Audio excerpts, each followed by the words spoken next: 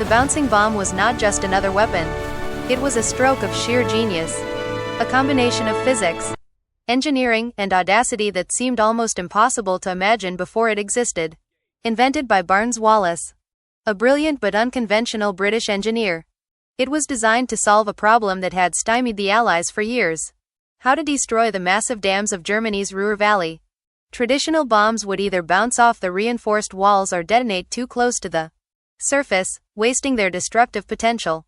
Wallis's idea was radically different. By spinning the bomb backward and dropping it at precisely the right speed and height, it could literally skip across the water, avoid torpedo nets, and strike the dam with pinpoint accuracy. It was a weapon that turned the laws of physics into a secret ally. What made the bomb truly remarkable was how it combined simplicity with innovation. On paper, it seemed almost absurd.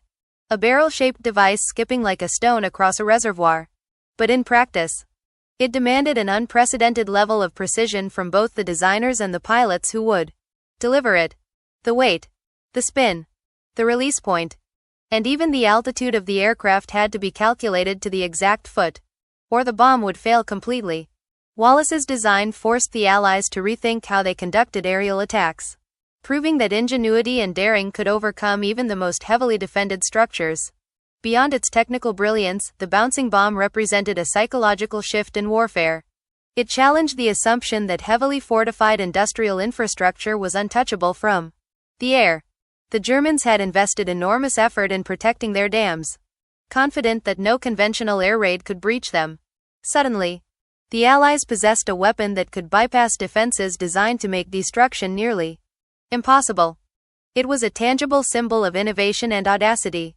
A way to strike at the enemy where they felt most secure, undermining not just their factories and power stations but also their confidence in their own defenses.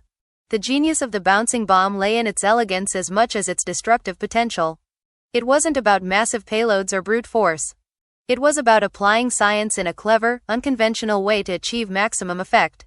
For Hitler and his high command, who relied on the apparent invulnerability of their industrial heartland, this invention must have been unnerving even before it was used. It showed that the Allies were capable of thinking differently, of turning obstacles into opportunities, and of transforming the rules of war itself. The bouncing bomb was proof that sometimes a single brilliant idea could change the balance of power in a theater of war. What made the bouncing bomb truly terrifying to Hitler wasn't just its technical brilliance, but the psychological weight it carried. The German leadership had built their industrial and military strength around the assumption that their critical infrastructure, the massive dams of the Ruhr Valley, was untouchable from the air. These dams weren't just concrete walls. They were the lifeblood of Germany's war economy, powering factories, supplying water, and symbolizing the invincibility of the Reich's engineering. The idea that the Allies had developed a weapon capable of breaching them struck fear into the highest levels of command.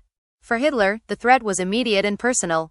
Destroying the dams would not only flood entire valleys and disrupt industrial production, but it would also deliver a psychological blow to the German people and army.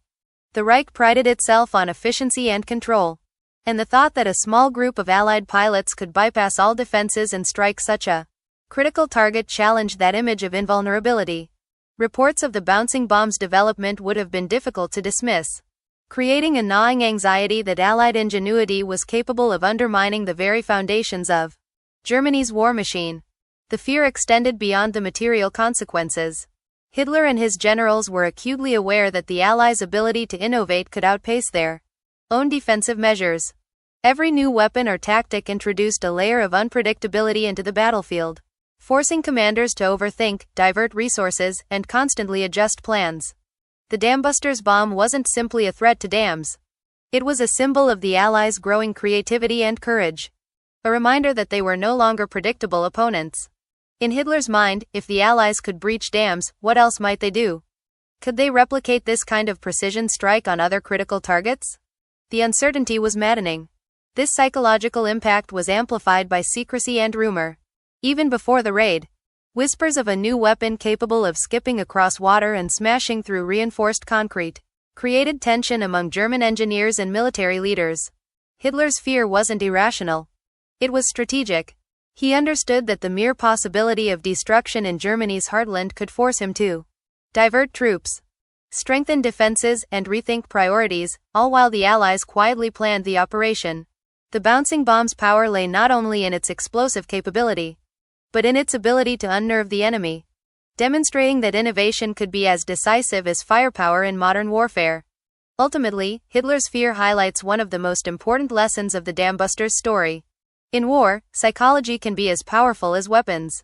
The bouncing bomb forced the Nazis to confront uncertainty, challenge their assumptions, and recognize that even the mightiest defenses could be vulnerable to bold, unconventional thinking. It was a weapon that struck both concrete and conscience, leaving an impact far beyond the damage it would eventually cause. The Dambusters raid was the moment when the brilliance of the bouncing bomb met the courage and skill of the men tasked with delivering it, and it was nothing short of extraordinary.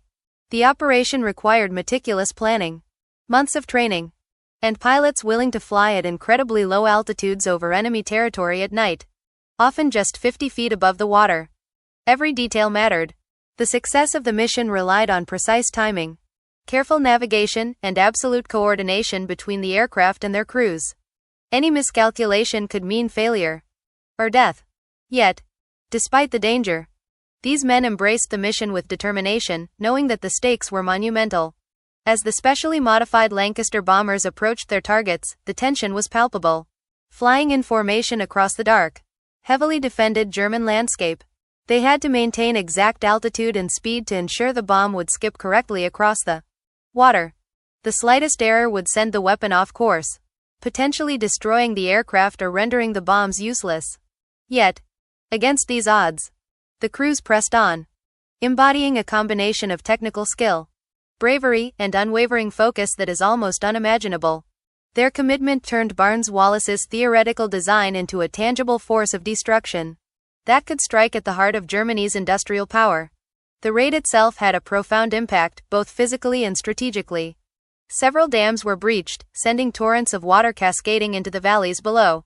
Floods destroyed factories, bridges, and infrastructure, cutting off vital industrial production and disrupting transportation networks. The immediate destruction was significant.